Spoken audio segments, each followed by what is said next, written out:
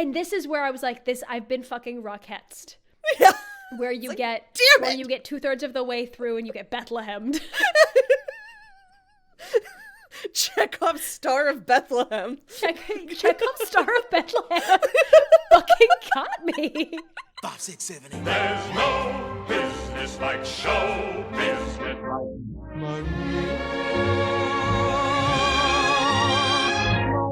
Mamma mia, here I go again. My Of the music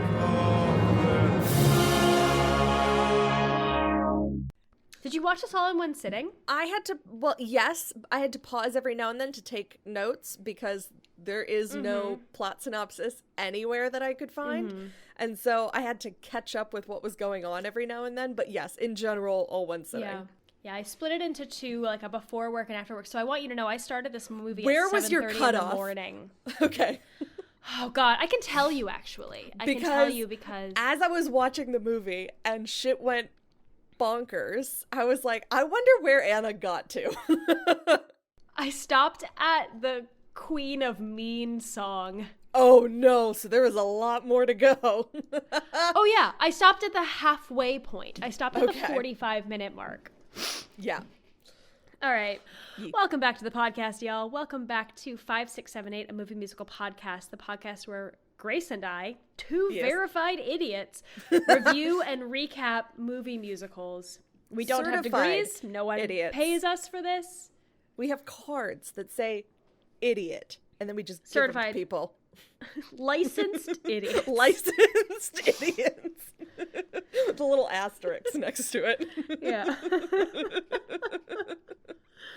And this week we are doing our 2023 holiday episode, the 2020 Dolly Parton film, Christmas on the Square. Oh boy. Starring Dolly Parton. Yep. Directed by Debbie Allen. And our true Lord and Savior, Christine Baranski. Speaking of Jesus being the reason for the season, you know what this reminded me of? Have you actually seen the Rockettes, or did you have to leave because your parents got too rowdy?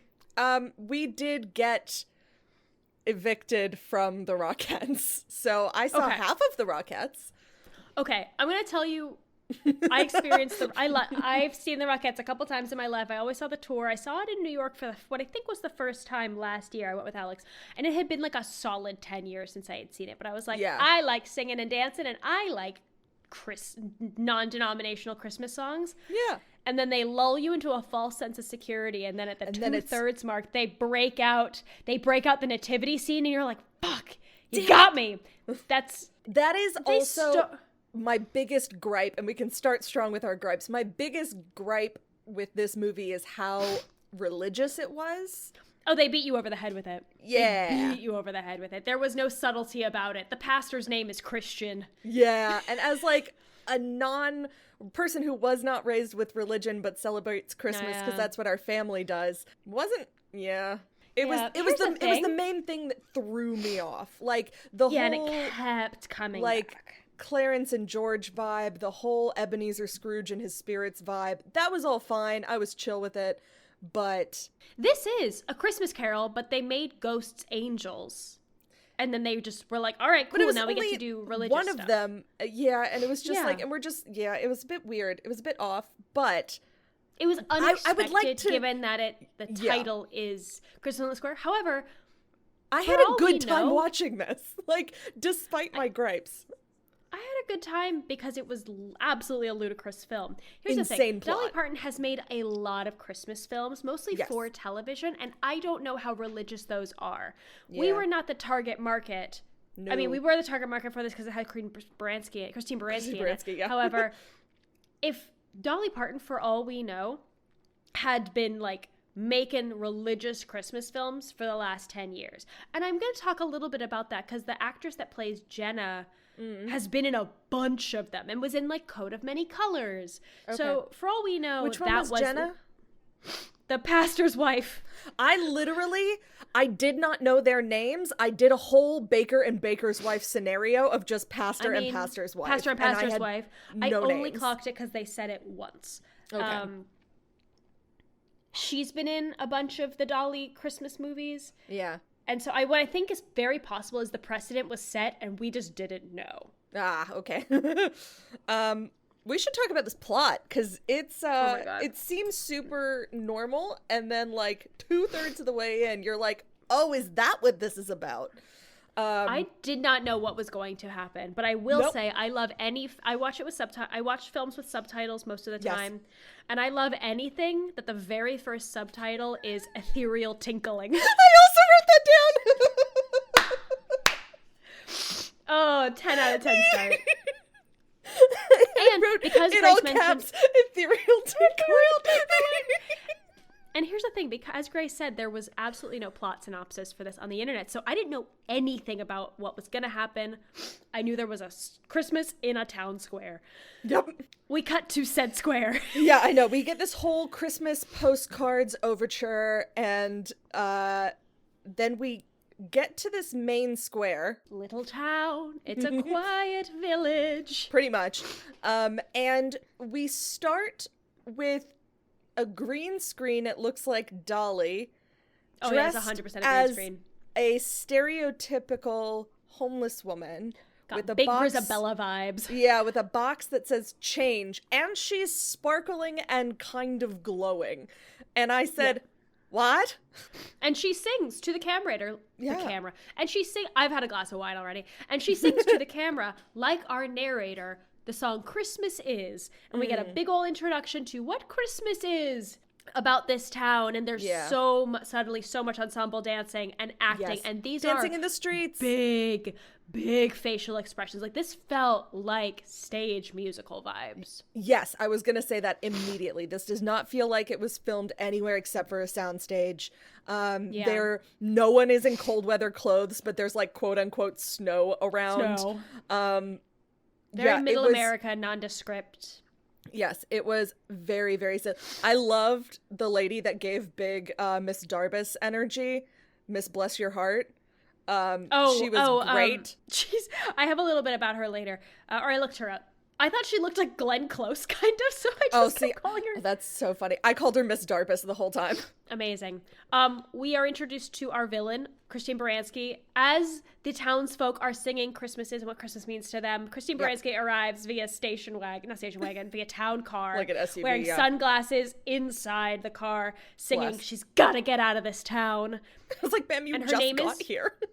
And her name is Regina. She has an assistant/driver named Felicity, and she gets out of her car, and surprise, surprise, she's giving eviction notices to everyone in this town. The town is called Fullerville? Fullerville? Yeah, Fullerton? Fullertonville? I think it's Fullerville. Fullertonville, Bergsteinshire? She owns the town. She owns the land, and she gives eviction notices to everyone in town, and we meet our baker and his wife.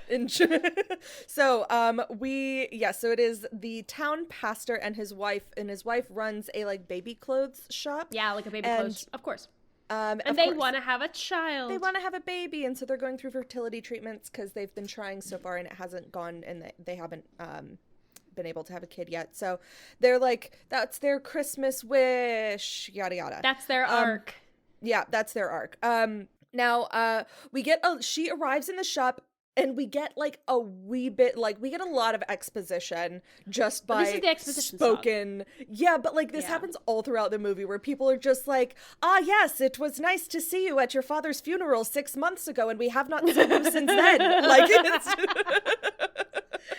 it's like, again, being beaten over the head. And I don't know how much the dialogue in this film is overwritten, to put it plainly. I'll talk about the writer. Can't wait. Yeah, so she is basically, she's evicting everyone and offering a cash settlement to quote unquote help them relocate. She's giving them notice. Because she's selling the land to a cheetah mall, and so they're going to build a mall conglomerate. Yeah, they're going to bulldoze the land and raise it to the ground. Very middle America. Regina delivers the eviction notices to a bunch of people, including the woman who owns the only hair salon in town, who is her friend named Marjolaine. Regina goes, the only place she can't deliver the eviction notice is the general store because it's closed, and in looking through, she sees a ghost of her former life when she was young, and it's painful for her. Of course it is. I do want to mention that there's so many funny one-liners, and I wrote down too many of them. In this song, particularly? In the entire movie, Christine Baranski is given so many quippy one-liners, because there was one... She has all the best lines. Like, where she's saying to Marjolaine, like, even though we've been friends for years, it's time for that to end. Also, I'll see you for my hair appointment tomorrow. I'm like, what? Yeah. What an insane thing. And then later on, she actually shows up for the hair appointment, and that was even crazier. Anyway, we'll get there, but just insane. Christine Baranski carries this film for me. Truly. She's who we're going to talk about Christine. It's great. But the song ends, and Regina drives away, and kids throw snowballs after the car. Yes. And then we cut to Pastor Ryan. Excuse me, not Pastor Ryan. Pastor Christian. Pastor Christian hanging a sign above the church that says, "Resist Regina." But in his wife, he privately confides that he's worried about failing the town. And this is what I read. Oh, right. There would be a religious aspect. Yes. And he speaks so weirdly slow. He speaks, his inflection is very odd. Yes. I'll tell you what energy he brought when I got to the moment where I realized what it was, which is later on. But it's very... Do you want me to tell you now? Because it's so specific. Yeah, I do. It is straight white guy cast in the musical lead in his first musical ever. That is the energy that this man gives. He auditioned for a musical. He's never been in a musical before. And they're like, oh, look, a straight white man. We need him for our lead. And then they cast him. And that is the energy that he gives the entire time. It's he had specific. His character had no emotional journey. No. I'm sorry. He had an emotional journey on paper. Yeah. We didn't get an emotional journey. There are, at this point, I said, but again, Pastor Christian then sings a song called You to his wife because he loves her so much and they are each other's very rocks. in love. And already, we are like 10 minutes into the film, I was like, there are too many plot lines. There are too many plot lines, but no one said no to Dolly or the writer. So we cut to this massive... to have a child. Yes, same thing. We cut to this massive mansion on this hill. Regina is there. It's her house. And of course it is. Marjolaine shows up. She's the hairdresser. And I'm like, why did she just get evicted? Got bills to pay. But of all bills, this is not one that you need to take after she just fucking evicted. Anyway, so she shows up. Because she thinks she can change her. Whatever. So Regina says that she still has one more person that she needs to serve the eviction notice to, and that was Carl from the general store. And we get a little bit of light exposition, like she broke his heart at a dance, whatever. They were high school lovers, yeah. Yes. And Marjolaine tells Regina that the pastor is organizing to stop her, and she sings the song Queen of Mean. Marjolaine is played by Jennifer Lewis, and Jennifer Lewis delivers. She belts. It's amazing. It's amazing. But this haircut that she gives is wild. Like Christine Baranski's hair is wet, and she like just grabs it and starts cutting chunks out of it, and I'm like, whoa. Yeah. I'm like, those are pretend scissors, those are pretend scissors, those are pretend scissors. Like, but Marjolaine Regina is brave to let this woman touch her hair right now. However, Marjolaine fully leaves. She's like, she gets Regina by leaving her with her hair only half done. Yeah. Marjolaine leaves. But she makes a comment that Regina left town, but Marjolaine stayed for the town. So Regina had at some point left Fullertonville, Smithton. Yep. And Marjolaine stayed. She was mayor at one point. Yeah. Unclear. Very much you gave up on this town, but I didn't. Yeah. After Marjolaine leaves, Regina gets a text from her doctor, because doctors text, but she ignores it. Yeah. I'm going to talk about a really quick gripe right now. Yeah. Which is about the opening number, but I didn't really think about it until this scene. I think I did not like the opening number because it did not set the stage of why is this town unlike all the other. It was a very generic Christmas song. Christmas town, and it didn't set the stage. Christmas town. It didn't set the stage of what's so special about this town, because we're getting beaten over the head with people being like, I love this town. This is my hometown. But like, all you're giving me is words and singing and dancing in the streets. There was no specificity to the opening number. Yeah. And unfortunately, there's not going to be a lot more specificity for the rest of the film. Yeah. So Regina ends up going into town and runs into the pastor and his wife. And they're like, oh, we're going to stop you. We have the governor on our side. We have the press on our side. And she's just like, fucking A, good luck. And leaves to go and give the final eviction notice to Carl at the general store. Turns out the pastor just blatantly lied. No one's returning his calls. No one gives a shit. Yeah.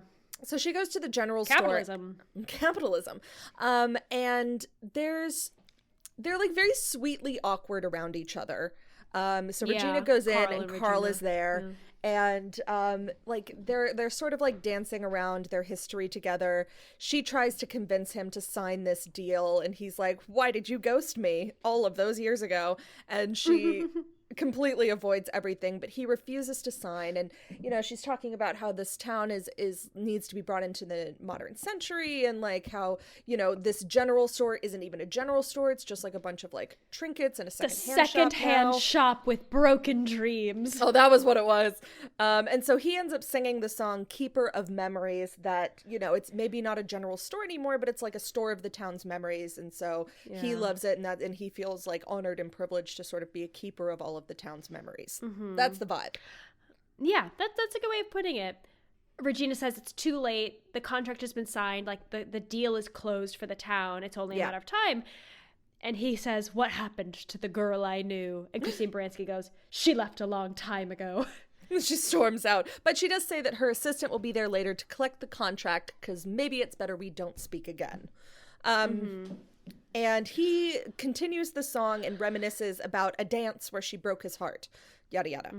Then Christine Baranski gets in her car and there's like protest letters all over it. Dolly Parton angel appears over her shoulder and tells her we not don't to know litter. that yet. A glowing Dolly Parton in a Grisabella rag coat comes out and says, I'm waiting for your change, and then does magic and whooshes, blinds Christine blinds Baranski her with the flyer.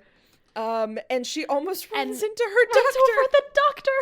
She almost runs over the doctor, and he's like, "Oh, now is the time to have an important Actually, no, excuse me. No, he's like, very I've been trying. specifically. Yeah, I misread my own notes. He goes, oh, I've been meaning to talk to you. Why don't we have a conversation in my office? And she goes, I don't have time for this. Just tell me now. And he goes like, you need a brain scan. Yes. Because there was something weird in your last test.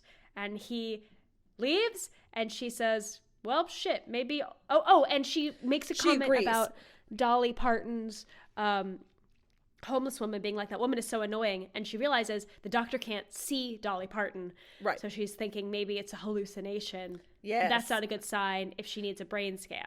Yes, but she does agree to go in tomorrow at 10 a.m. Yeah. So Regina, Christine Baranski, gets home, and her assistant Felicity is there. The contract from Cheetah Malls is there as well. It is comedically large. Yeah. Regina goes into her parlor and tries to turn on a light, but it won't work. Surprise. Ghost of Christmas Now.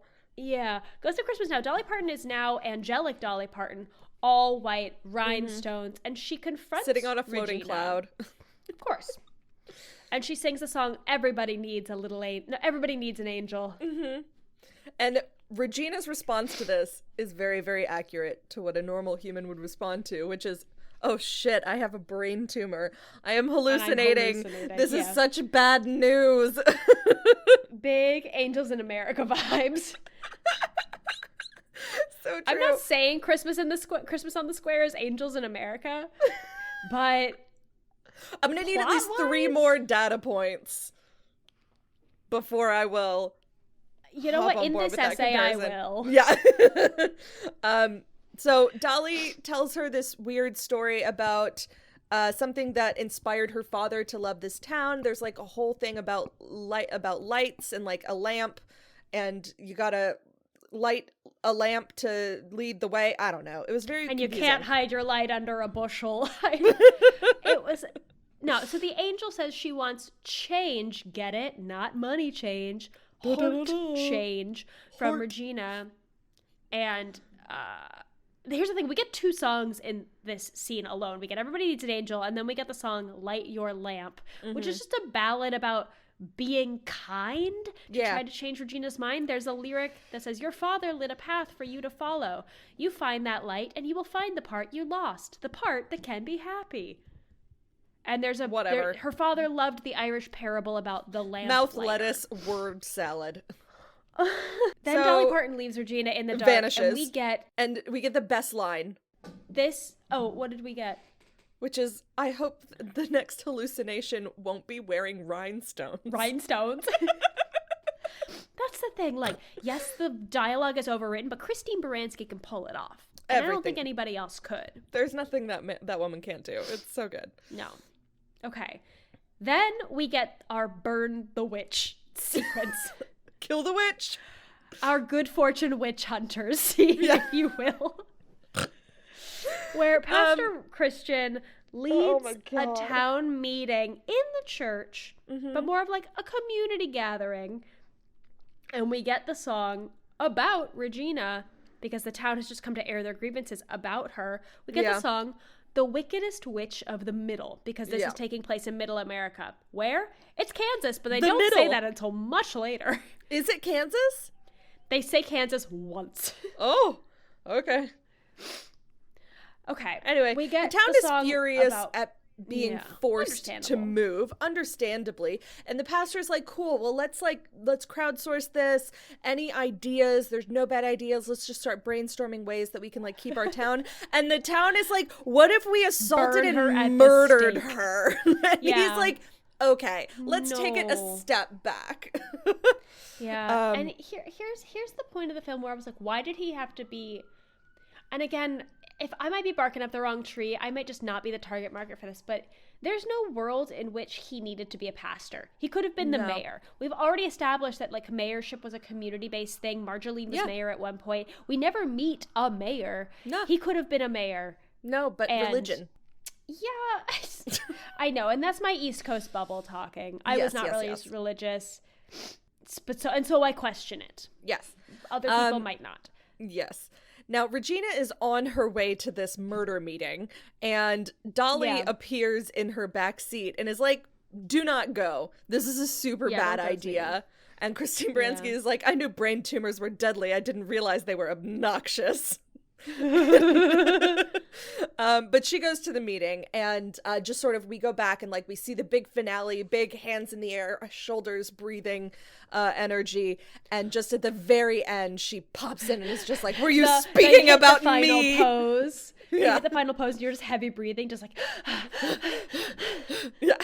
but you're right, she was I heard my name being called, and they're like, speak of the devil. No. And she tries to defend her decision. Yeah. Again, she's not mayor, but she owns a town. She goes, I am making the tough economic decisions that my father wouldn't. Remember, her father died 6 months ago. Yep. And that this mall expansion is the opportunity of a lifetime. Mm-hmm. And the town won't listen to her. They turn on her. And so she says, you know what? Fuck all of y'all. Your deadline is now to be out of your houses by Christmas Eve.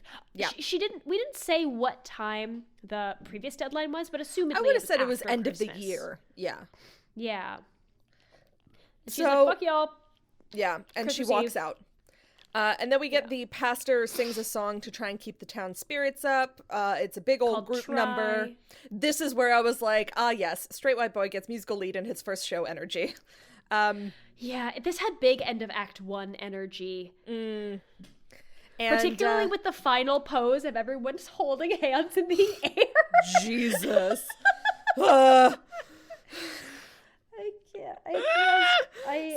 And it was a big ensemble number, very Seasons of Love. Yes. So that song ends. Maybe that's where I stopped. I don't remember. Yeah. Then we cut to Regina trying to find her car keys. She can't find them. And she ends up being like, all right, I just need a drink. And there's the Jolly Lamplighter Inn. And so she goes in and it's empty because obviously everyone's over at the meeting. Town is at the meeting. And this little girl comes up and is just like, I'm your bartender. I am 9 years old. And Christine Baranski is like, what? That's not legal. But She wants a whiskey, and this girl is willing to pour, so there you go. I just, in what world is that an acceptable plot device? Anyway. Anna, in what world? Shaky sweaters. Shaky sweaters. So, anyway. Christine Baranski and this child start talking, bond. and we get exposition. The girl's dad is at the meeting. That's why she's here alone. Her mom died when she was younger. So did Regina's. The girls bond. They sing the song Fairy Tale about how life isn't a fairy tale. And they reference a whole bunch of fairy tales. Like, there's no happy endings. And the girl being like, well, no, there are. You get a happy ending if you look at what makes you happy now. This is when I was like, Christine Baranski is such a fucking good actor. What are you doing in this film? Truly. But the little girl's name is Violet. And after they finish the song, Violet's dad, they start talking about like the meeting and how her dad hates this wickedest witch of the middle. Yeah. So much so because he says the wickedest witch of the middle killed Violet's mom. And Regina's like, what? What are you talking about? And it's, whoa. Never killed anyone. But it's because the local Regina drugstore was late on their rent. And so Regina shut them down because they weren't paying their rent. And then Violet got a fever when she was young, and her mom had to drive to another town to get some medicine. Yeah. And on the way back, a massive storm rolled in, and she ended up skidding off the road and going into an unspecified body of water. The wash, they said. Yes, and she ended up drowning. Now, Violet then says, but my dad blames the witch, but I don't blame the witch, because if I hadn't gotten a fever, then my mom would still be alive. And Regina is horrified by this like 9-year-old saying that she is responsible because she got sick. And she like is just stuttering, just like, no. And it's at this moment that the dad walks in and is like, what are you doing here? I found these keys. You're not welcome in my bar. Yeah. And Regina leaves horrified. Yeah. And shaken, and she paces around her house. We cut to her house. Yeah. She paces around. She looks out at the town, because her house has a really good view of the town, particularly of the town square. And that we get more ethereal tinkling. But guess what? It's the ghost of her father, and she watches a memory. Her father in this flashback isn't singing. Someone else is singing over it, but it's her father and young Regina going through the ritual of lighting the lamp that will hang in the town gazebo. There's always a gazebo. There's always a gazebo. There's always a gazebo. And this is where they say it was Kansas. Oh, okay, cool. We cut to the next morning, and the assistant Felicity gets a visit from Dolly. Surprise, surprise. Felicity is an angel in training, y'all. Yeah, and Dolly is like, why haven't you woken her up? She's going to be late to her doctor's appointment. And Felicity is like, she's just so mean, and it was just such a nice morning. It was so peaceful because she wasn't awake yet. So Dolly goes to the oven and grabs the angel rule book, which is where you keep that. I mean, Regina's not going to look there. No. So anyway, Dolly ends up sending her to go wake up Regina and get to her doctor's appointment. And Regina is, her normal, awful, caustic self. Ends the line with, Felicity, if you want a friend, get a dog. What I will say is we learn through exposition that Felicity is an angel in training, and the only way she will actually become an angel is if she gets her assigned human, Regina, to change her heart. Yes. In the MRI for Regina's appointment, Regina reminisces. Hold on. So Felicity threatens to quit. We skipped a whole song. Oh shit, that's true. We skipped a whole song. Felicity Everybody Needs an Angel quit. Gets a reprise. Yeah. Dolly sings that again. There's a weird cut to a dance class, which was bizarre. And then we cut. Oh my god.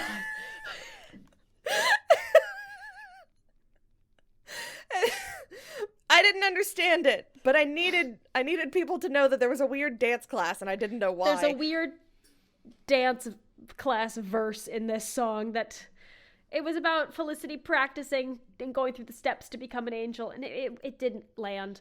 It didn't land, but we cut back to the kitchen, and at the end, Dolly convinces her to give Regina a second chance. And at the end, Regina comes in and admits that she was a bit short with Felicity earlier. It's not a full apology, but it's like an acknowledgement of bad behavior, which is step one. Yeah. Yeah. And when Felicity woke Regina up, Regina fell asleep on the couch, clearly having a couple whiskeys, clearly very upset about everything that went down the night before. This woman is obviously hungover. Be nice to her. Yeah, truly. Cut to the doctor's office. Regina reminisces. We get like a triptych song that's called Rearview Mirror, Happy Town, and Just Dance. And this is a long exposition Regina's sequence. past sequence. So okay, Regina knows Carl. We see Regina as a young teenage girl at this dance. Yes. She gets to the dance, she sees Carl, and she also makes eyes at a different boy across the dance floor. However, she's super excited to be there with Carl. They're in love. She then espies Carl giving a ring to a different girl in the coat check. No. And showing a different girl a ring. Sorry, showing. And them embracing. And I wrote in all caps, I swear to God, if this whole plot hinges on two people not communicating, I'm going to throw hands. Now, granted, they were teenagers, and there's a lot more going on here, but yeah. More happens, but that is being a dumb. We were all once dumb hormonal teenagers, and Regina thinks that means Carl doesn't love her, and so she goes and dances with that stranger boy because he asked her to dance. Then, surprise, she gets pregnant, and her father has her leave town. And not only that, so she realizes that later, Carl comes to visit, realizes that he was planning on proposing to her, but she was too embarrassed to tell him what happened. And by that time, the father of her kid had already skipped town. And then she has the kid, and her dad takes the child away from her against her wishes and puts it up for adoption. And I'm just like, wow! This was not that's the all plot in like that I was 30-second. Yeah, it's a lot of plot. Oh, wow! But she does. She's like feeling really sorry for herself, and then Dolly returns again and it's like, well, you didn't know your father's side of the story. And Dolly shows her father's side of the story, which is after he takes her baby from her, we see him feeling like really, really remorseful of like this difficult situation his daughter's been put in, and that he like wants to care for the child and wants to make sure the child has everything they need, but then giving the child to an adoption agent. Yeah. And so she didn't know that her father. Well, and I think he says the line, small towns have long memories or something like that. Yeah. He was worried about her reputation. He was worried about her reputation and how the town would treat her. Yeah. She does make the comment before Dolly shows her father's side of the story that she couldn't stand to be around her father after that, so clearly that drove a divide between them. That's why she left town. Yeah, but after she learns the remorse that her father felt, and that it wasn't out of spite and it wasn't out of anger, it was out of care for her, she leaves the hospital, done with her MRI, with like a renewed sense of purpose. And then I wrote, girl, what if those were just hallucinations? What if that's not how your father felt? But these hallucinations didn't have rhinestones, so a lot more plausible. Dolly Parton was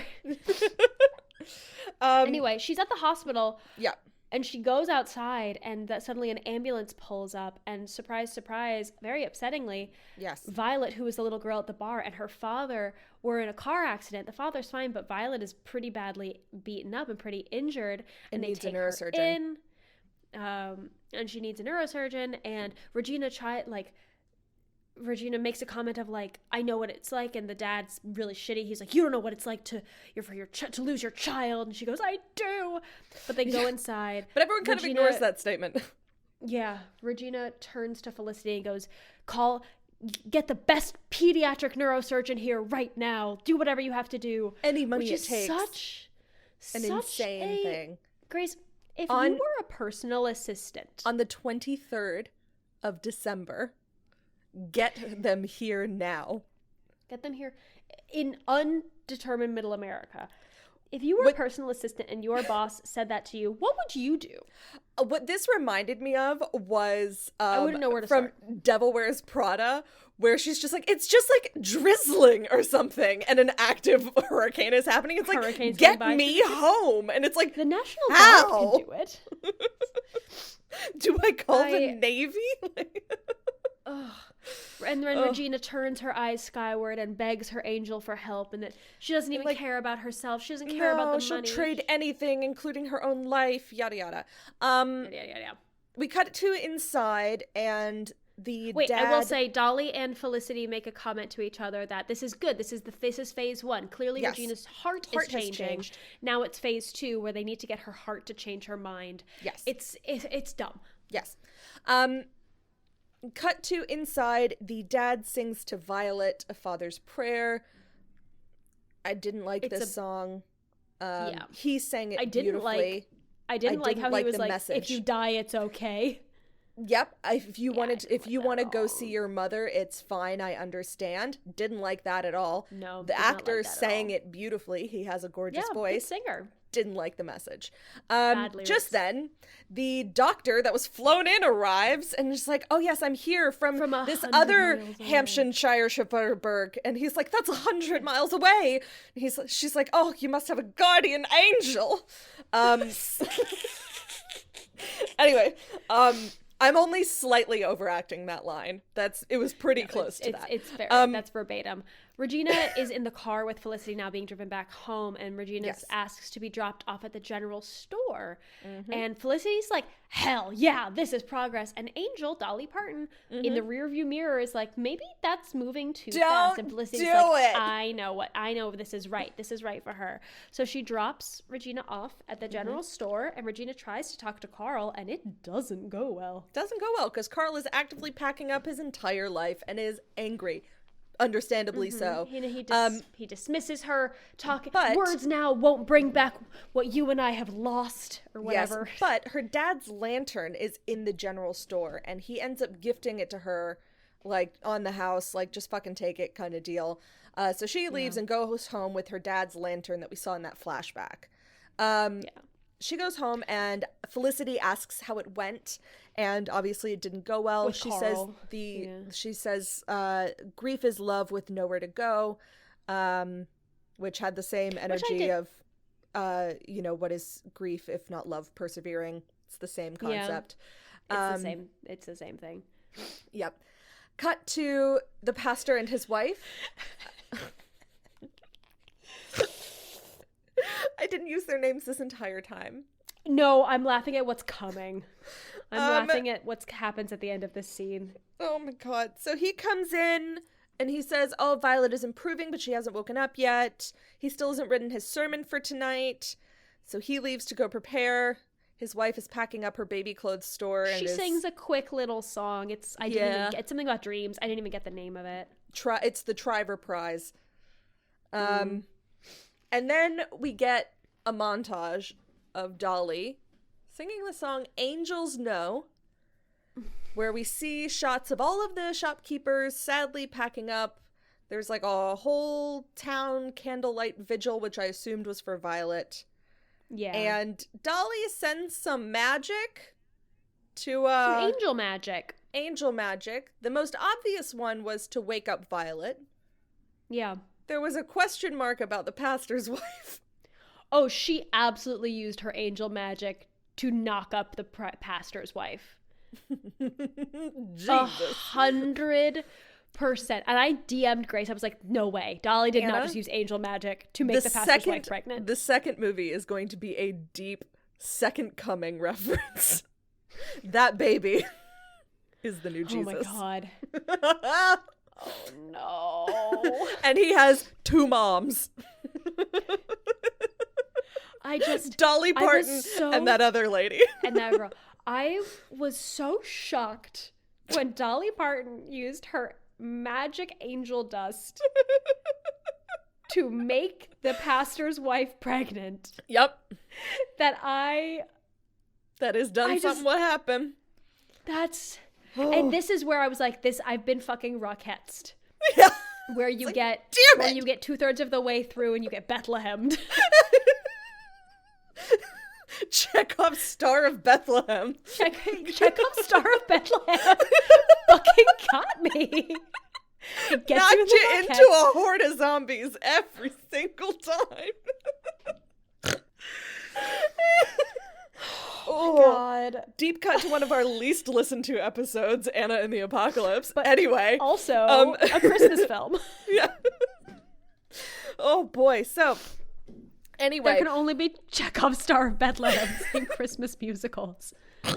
So that's very fair. That There's song not often happens. Stars of Bethlehem. There's not often Stars of Bethlehem. Christmas films. So we cut back to Regina. She asks her dad's portrait for help, whatever. And she goes to this woman is so wealthy, and those candles on her mantelpiece are so fake. I know. Can't have fire. We learned this from Phantom. Anyway, so she goes to light the lantern. You can have a reasonable amount of fire. Eric did too much. Too many. So she finds a secret compartment in the lantern base with the family Bible in it. Oh God. And she flips to the beginning of it wasn't like I was confused. So this is apparently a family Bible where also the history of the family is kept. It's also a journal. Is that a journal thing? Question mark? I don't know. I was like, but at the very I will read you beginning, verbatim. I said, wait. I need to read you the thought process of when she found the hidden compartment in the bottom of the lamp. Regina lights her father's lamp, and she discovers a hidden compartment. And I went, it contains the Declaration of Independence. Just kidding. It's a Bible. Just kidding. It's a journal. And it was both a journal and a Bible. It was not the Declaration of Independence. But like the thing that, so I need to explain the thing that tripped me up was that she opened to the first page and it was like, this is the history of her family, history of Bible. Page 1, Regina had a baby. It's not even like she flipped to the last entry. And it was like halfway through the book. Entry literally page 1 was about her. My daughter Regina had a baby, a beautiful baby. This is the narration. My daughter Regina had a beautiful baby boy, and he was put up for adoption and was adopted by and his name was or whatever, and she flips the page and she goes, it can't be, and my response was, is it the fucking pastor? Is it the fucking I was like, that's the only man that is like around-ish the proper age. Here's the thing. Again, I left myself a note. God, Christine Baranski is such a good actor. So good. What are you doing here? Cut to Christmas Eve sermon. Marjolaine leads the congregation in prayer, and we get a reprise of the song Try, parenthetical, gospel version. Mm-hmm. Big clapping energy. So the pastor comes in. So we get this whole song. Yay.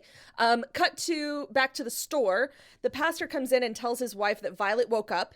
All good. Yay. And he says that he feels like he needs to grow up, and it's just a quick scene to establish that they're both in the store together. Cut to Regina. I did like there was a line about how he was like, I don't feel confident because we don't know what's going to happen. And his wife has a very rational thing where she was like, regardless of what happens, even if things don't go our way, then we'll know we have the strength to change and adapt. Like, there's a lesson to be learned out of all of this, which I like. Love that. That was a good lesson. Yeah. Hell yeah. Regina drives her BMW into town, almost runs over the doctor again. He very flippantly tells her she doesn't have a brain tumor. She's like, great, cool, I'm busy. Awesome. Yeah. And she goes into the baby shop. She goes into the pastor's wife with this fucking lantern. Like the Grinch. Is this movie The Grinch? Does he show up with a lantern in the Grinch? No, but like heart grows 3 sizes to like the Grinch. Grace, the Grinch is Christmas Carol. Is it? This is all just Christmas dummy? Carol. I might be a dummy. As previously established, licensed idiot over here. Licensed idiot. So board certified. I'm just imagining that board. The board. Just you have having to defend your thesis to the board in order to be a licensed idiot. At the time. Yeah. So we pull out in this essay I will. She has a lantern. And she's like what did that just fucking remind me of? So she shows him the lantern and she was like, this is a gift for you. And also it's thanks. the story of our family. Wink, My wink. family. I mean, Our family. And she shows him the Bible with our family history. And he looks at it and is like, can this be true? And then we cut to the sermon. Oh my God. We cut to the sermon. Pastor Christian starts his sermon being like, there are 2 miracles today. 1, Violet woke up. Very, very happy about that. 2, I'm going to make this all about me. So he talks about how, like, there was, Regina's dad, Jack, always watched over him, went to all his games, went to his graduation. Then he's like, and I feel like I should tell you another story about a young girl who felt like she needed to hide her pregnancy because the town wouldn't accept her. And that person was my mother, and my mother is Regina! And the entire Regina George. It's hit by a bus. So she, the whole town gasps, Regina! And then turns around, and there she is at the end of the aisle. And then in all white. And so Christian goes down and like starts walking her up to the pulpit. And as she does, full angel Dolly appears with wings and a ball gown. Biblically accurate Dolly. It is not biblically accurate. There are only accurate. 2 sets of eyes on that There's angel. 2 wings. 2 wings. It looks like a Christmas topper. It is a Dolly Parton Christmas tree topper. It's a Dolly Parton. God, I would love that on top of my Christmas tree. Ma'am, I will print that out. And she's just floating there, glowing, and only Regina can see her. And then Regina gets to lead the sermon. You don't just let people up to the pulpit to lead sermons. You don't let people up to fly the plane. There's a horse on an airplane. Anyway, so she comes up and gives a speech and asks for forgiveness, and she sings the song Forgive Me, and at the end she announces that she isn't selling the town, and everyone cheers. She won't sell the town. She says what her father always said, which was, we keep rents low to keep spirits high. Then everyone goes out to the town square to celebrate. And Carl asks Regina for a dance. I'm not happy about that. We never got any fucking, like, you know what I'm change not happy about? From him. What? Violet shows up. Motherfucker, you just had brain surgery. You should be in a hospital. She was saved by an angel. Hospital! Anyway, Felicity gets her wings. It snows on the square. Dolly Parton and her watches wings are over like us all weirdly the end. attached to her dress. It's like a whole. Anyway. Oh no, that's just shoulder pads. Shoulder pads that looked like wings. I don't think they were wings because Dolly Parton didn't have wings when they were sitting on top of the bell tower. I think that's just her dress. Okay. Anyway, it ends. It starts to snow. It's a Christmas miracle. Merry Crisis. Happy Honda days. In this household, we celebrate the Toyota-thon. All right. Oof. So Anna, great. What'd you think? I wanted to like it more. Yeah, same. It was campy, and Christine Baranski knew what films she was in. Mm-hmm. And I think it was so over the top, but it's almost like it fell short for me character development plot-wise. There were too many plots, but also none of them really resolved. Right. And this is a personal thing, the religious of it didn't do it for me, and I feel a little bamboozled, but that might be my own boozling. I am bammed by my own boozled. Bammed by my own boozle. Oh, no. That's my family crest now. Or boozled by my own bam. Bammed by my own boozle. Hold on. I have to write that down. I have to write that down right now. I'll get it on a mug for you. You don't need another mug. I don't. Bammed by my own boozle. Fuck, that's fucking funny. Good. I'm glad that this experience gave us something. That gave us that. All right. Yeah. What did you think, I was, again, I also had like this was me? too religious for my taste. I'm not a religious person, and I have opinions about religion as an institution that I don't need to get into here. But I had a fun time watching it. Dolly was very silly. I love Christine Baranski with all of my heart, and like will watch anything she does. If this was on, I liked the girl that played Felicity. Felicity was fun. I thought she knew what movie she was in. She also knew what movie she was in. Whenever she showed up, I was like, this gives goofy main character energy. And there were plot twists that I did not see coming. So yeah, I did not see the whole adoption, the whole twist coming. like teen pregnancy thing coming. Yeah, I did not see the. So I was like, we have to make Jesus the reason for the season, but we're also going to have teen pregnancy and a child bartender. Yes. Okay. Okay. Yeah. Wild. But then like a lot of just like really stilted dialogue. So it was really all over the place, but that's fine for like, I can't wait to hear about the a writing. 90. Oh, I have 2 sentences about her. Oh, I thought you said you had a lot. No. I was like, I'll tell you about, I'll say it right now. We can dive into dramaturgy and I'll just do the writer real quick. Shall we do some dramaturgy? Mm-hmm. Dramaturgy report. Report. So the writer was all right, kick us off. Maria S. Schlatter. This is her only writing credit. And everything else that she had done is as a producer credit, but she hadn't done anything else since 2000. What in the fan fiction? Like, I have no explanation.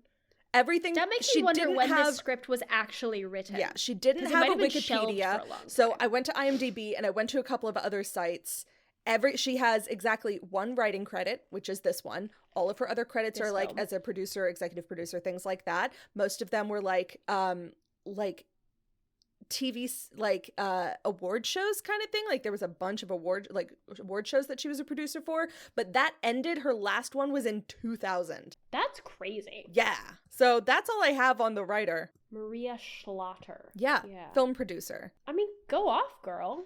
Do what you got to do. Okay, sure. This was directed and choreographed by Debbie Allen. Fuck yes, Debbie. Who's a huge person. Debbie Allen, we saw her in Fame. I did a little bit of a deep dive on her. I don't actually have a lot written down. We've met her as an actor in Fame.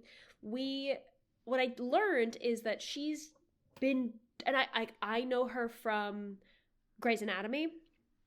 What I did not know is how much of her career she has spent as a director. She has an awesome directorial career and producerial career, but this was not her first rodeo, and obviously she's a fantastic dancer. Yes. I also didn't know she was Felicia Rashad's sister until today, and I texted Grace about it, being like, in all caps. Because I mean, she's been nominated for an Emmy 20 times, Jesus winning 5, Christ. 2 Tony Awards, a Golden Globe, and a star on the Hollywood Walk of Fame. She's great, and I don't have a lot because she has done so much and also continues to do so much. Yes, absolutely.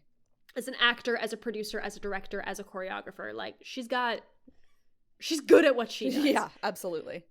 And then I actually don't have a lot for the cinematographer. The cinematographer is a German cinematographer named Oliver Buckelberg. Ooh. And his most notable credit was he was the main DP on Scandal for like 6 seasons. Wow. He also worked on Station 19 for a couple of years as well. Nice. So like still working. Hell yeah. Music and lyrics, everything was done by Dolly. I'm not going to get super into it. Which was a blessing and a curse. Yes. I think. Yes. I won't get into it because I'm going to go deep into Dolly whenever we do 9 to 5, which Anna, I will cut this to make up for the fact that our 69th episode was not Best Little Whorehouse in Texas, which is truly like, I think about that to this day. Our 95th episode is going to be 9 to 5. It's going to be 9 to 5? Fuck yes. Yeah. Thank God. Yeah. All right. I thought about that the other day and I was like, this has to make up for it. It makes up for. Here's the thing. I'm not mad that Best Little Whorehouse wasn't 69. It was I like was. I was like, oh, that would have been funny. But Anna said it, and I yelled out loud at work. I think you texted me while I was at work, and I said, God damn it. Anyway. I don't know if we want to keep that or not, because it's very silly. But anyway, I think we keep it. Actors, yeah, that's a tease for like a year and a half from now. Actors and casting. Actors and casting. Christine Jane Baranski. What a queen. 15-time Emmy Award nominee, winning once in 1995. She is massively prolific in that woman film. another Emmy. I know, in film, in TV, in movies.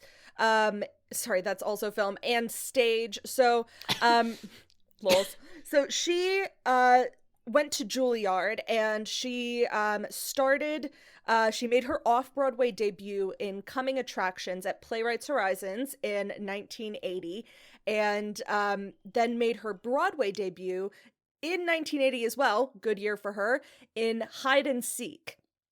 Next thing she was in was the 1984 Tom Stoppard's Real Thing, where she won the Best Featured Actress in a Play.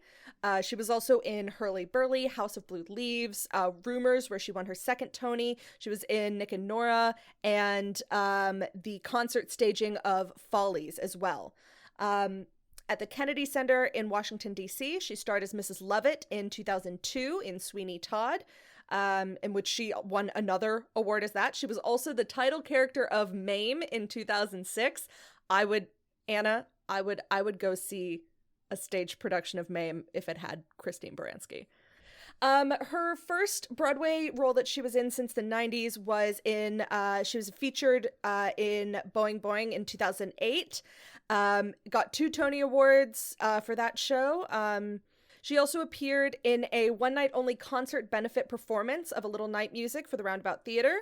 She has won both the Tony Award and Drama Desk Awards twice. She was inducted to the American Theater Hall of Fame in 2018. She's been in various film roles. She's known mostly for The Birdcage. She was in How the Grinch Stole Christmas as Martha May Whovier. Mary Sunshine. Oh, yes, National Treasure. Of course. Mary Sunshine in Chicago, and Connie Chasseur in The Ref. She was obviously in Mamma Mia, which it's already on the list. It's a very special episode. And she was in Mamma Mia, Here We Go Again.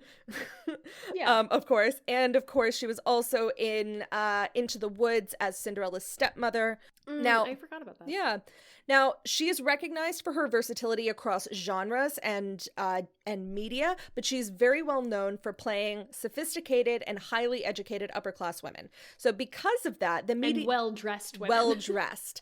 And because of that, the media began alluding to the resemblance between this, like, her repeated persona and like her real personality.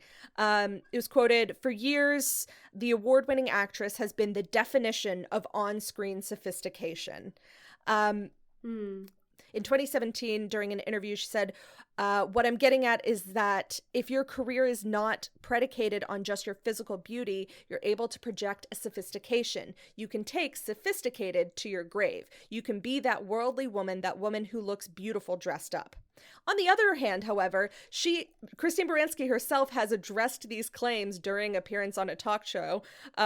She said, quote, "Everything thinks this is, this sophisticated lady, this New York type, these characters that I play, they think that that's me. They should be in a room alone with me when I watch the Buffalo Bills. It is loud." Yes.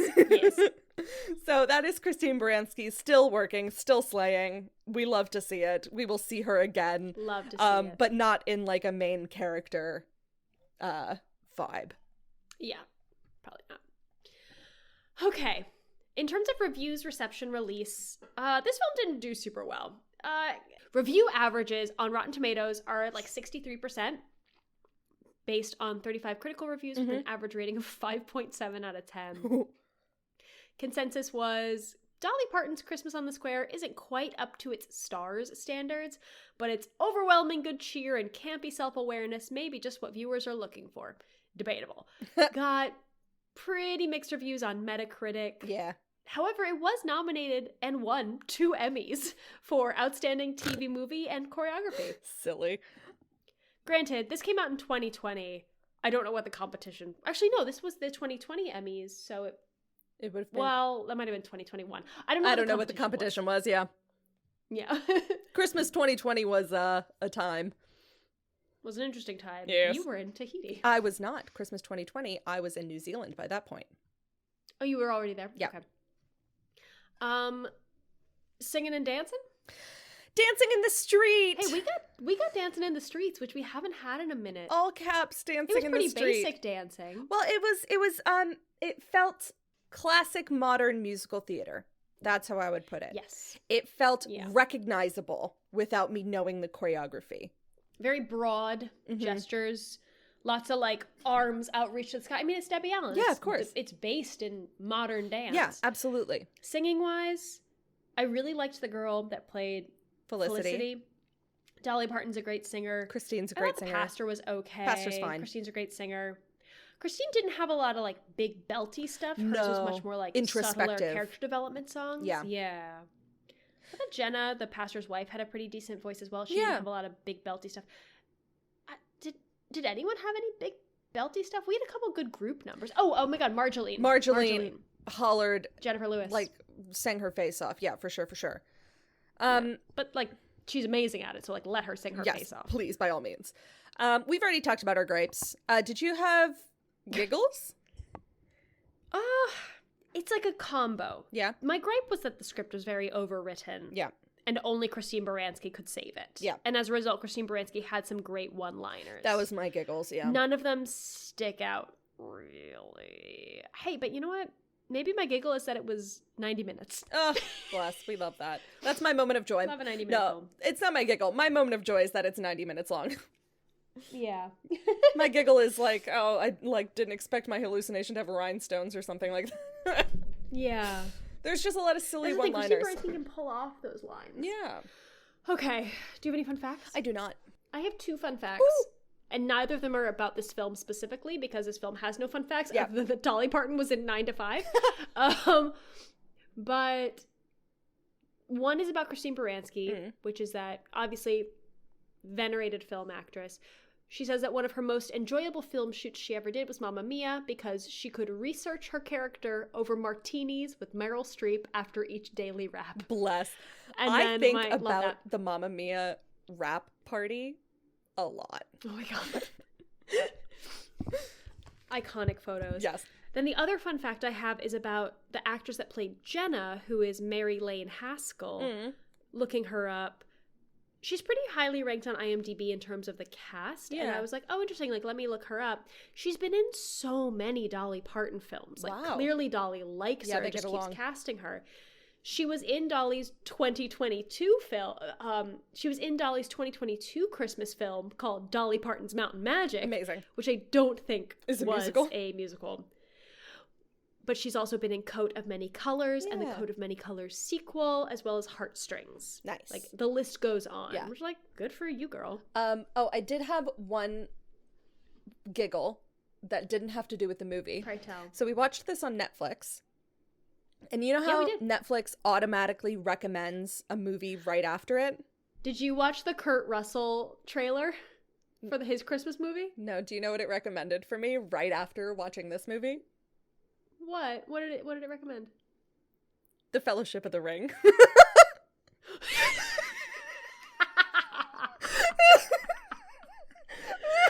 Oh, very different. But the reason why brand. It's funny, well, one, on brand, but also because anyone who knows me knows that Christmas movies for me, my Christmas movie watching experience is the extended Lord of the Rings. For like 5 years in a row, all I did for the entirety of Christmas Day, because I was stuck in New York and couldn't go home, was watch the entirety of the extended Lord of the Rings back to back from 9 to 9. And the fact that they were like, oh, right, you're watching a Christmas movie. We know what's next. We know what you like. That's really funny. It was a big tonal shift. No, it recommended this Kurt Russell Christmas film called like Christmas Carolers. See the one where he was that Santa? Must be relatively new. Yeah. Yeah. I do want to watch that one, mostly because it's him and Goldie Hawn, who are married in real life, and they are Mr. and Mrs. Claus, and they look adorable. Oh, I didn't see her in the trailer. Yeah. I don't know. Maybe it's a different one, but there is one where he plays Santa and she plays Mrs. Claus. I love that. Yeah. Do Anyway. you have any homework? No. It's been a week, y'all, for both me and Anna. This is it's a short one. It's 9:00 and I'm going to bed immediately after Absolutely. this. Oh. Yeah, I have no homework either. I don't watch this film. Unless you want Christmas to. Film on Netflix. Yeah. Watch a different Dolly Parton film though. Yeah. Like, if you're watching it for Dolly Parton, there's other Dolly ones. Yeah. But if you're watching it for Christine Baranski, yes, it's technically a Christmas musical. If you want to watch a Christmas film, use whatever streaming services are available to you or YouTube to watch something else. Yeah. Anyway. And if you want to watch this, watch this. I'm not going to tell you what to do. No, it was silly. It was a silly, fun time. Christine Baranski can do no wrong. If you want to watch a Christine Baranski film, you have options. She's had a storied career. Mamma Mia. Mamma Mia. She's also in The Gilded Age. Yeah. So many which things. Is on right now. Anyway. So many things. She's had a great career. Yeah. Okay. Is that all she wrote? I think that is all she wrote. I think that's all she wrote. Holy shit. Yeah. There's fast and dirty episode. Truly. Mary Chrysler. Happy Honda Days. Happy Honda Days. What's the Toyota one? Toyota-thon? I don't know. Oh, it's just Happy Toyota-thon. Yeah. Merry Crisis. We made it to the end of 2023. Almost. If you're still with us, thank you so much for tuning in to this very, very silly passion project of love between Grace and I. We are so grateful that we get the opportunity to do this and just talk about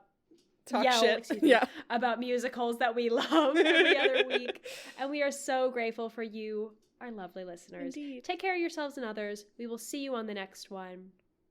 Goodbye. 5, 6, 7, 8. There's no business like show business, like no business I know.